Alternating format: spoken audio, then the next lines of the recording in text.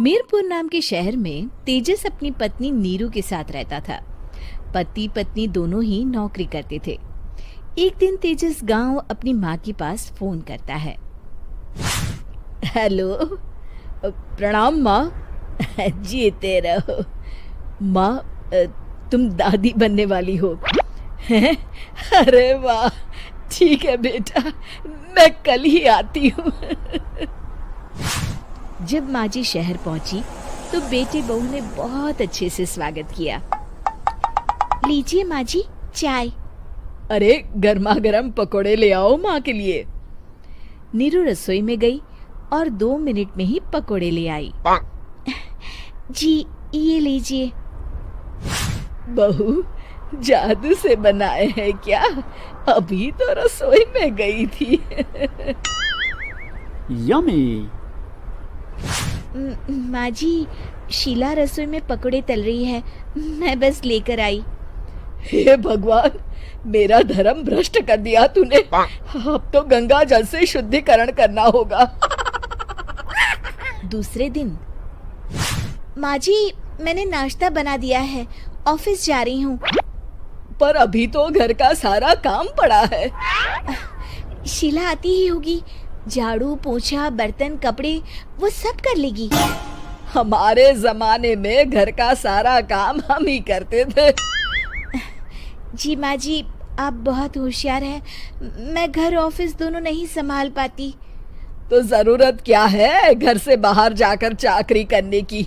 वैसे भी घर का काम खुद करने से घर में बरकत आती है, समझी? पर माँ जी। पर वर कुछ नहीं, इस महीने की पगार मिले फिर ऑफिस बंद है। हाँ।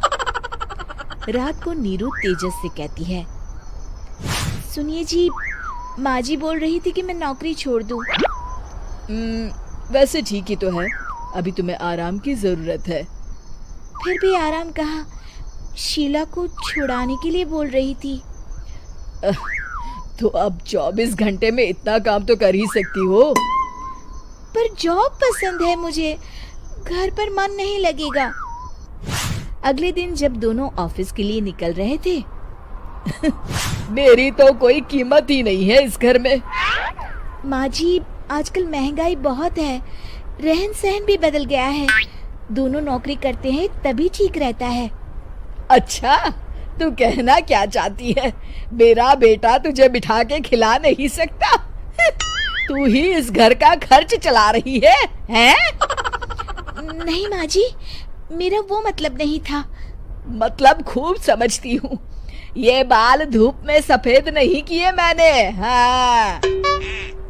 अब तो ये रोज का काम हो गया था। तेजस भी रोज की झिकझिक से परेशान हो गया था। एक दिन उसने कहा, नीरू, वैसे भी तुम्हें मैटरनिटी लीव मिलने वाली है, तो अभी से ही छुट्टी ले लो। पर क्या, मेरी सैलरी अच्छी खासी है। आखिर नीरू ने रिजाइन कर दिया। जब बच्चा हुआ तो घर में सब बहुत खुश हुए। कुछ दिनों बाद तेजस फाइल देख रहा था। क्या हुआ तेजस, कुछ परेशान लग रहे हो? हाँ, वो हमारी जितनी सेविंग्स थी वो तो हॉस्पिटल में और छठी के फंक्शन में खत्म हो गई है नीरू। और अभी वैसे मंदी चल रही है तो मैं बोल रही थी कल मुन्ना को हेपेटाइटिस का टीका लगवाना है। नीरू, क्या पोस्टपोन नहीं कर सकते? नहीं जी, बिल्कुल नहीं। अब तेजस को समझ में आ रहा था कि उससे गलती हुई है। पैसों की कमी का असर घर के माहौल पर भी पड़ रहा था। अगले दिन, बेटा मेरा चश्मा और ये दवाइयाँ ले आना, पर्चा देते हुए माँ जी ने कहा। जी। तेजस, मुन्ना के लिए दूध का डिब्बा और डायपर भी ले आना, और ये किराने के सामान की लिस्ट है, इसे भी लाना है। तेजस गुस्से में लिस्ट मरोड़कर फेंकता है और चिल्लाता है, पैसे क्या पेड़ पर उगते हैं? ये ले आना, वो ले आना। अरे पर ये जरूरत का सामान ही है। वो गुस्से में बिना कुछ कहे ऑफिस चला गया। अरे लंच तो ले जाइए। नीरू दौड़कर डिब्बा पकड़ाती है। एक दिन खाना खाने के बाद, नीरू, अब तो मुन्ना कुछ बड़ा हो गया, तो अब तुम वापस ज्वाइन कर लो ना जॉब।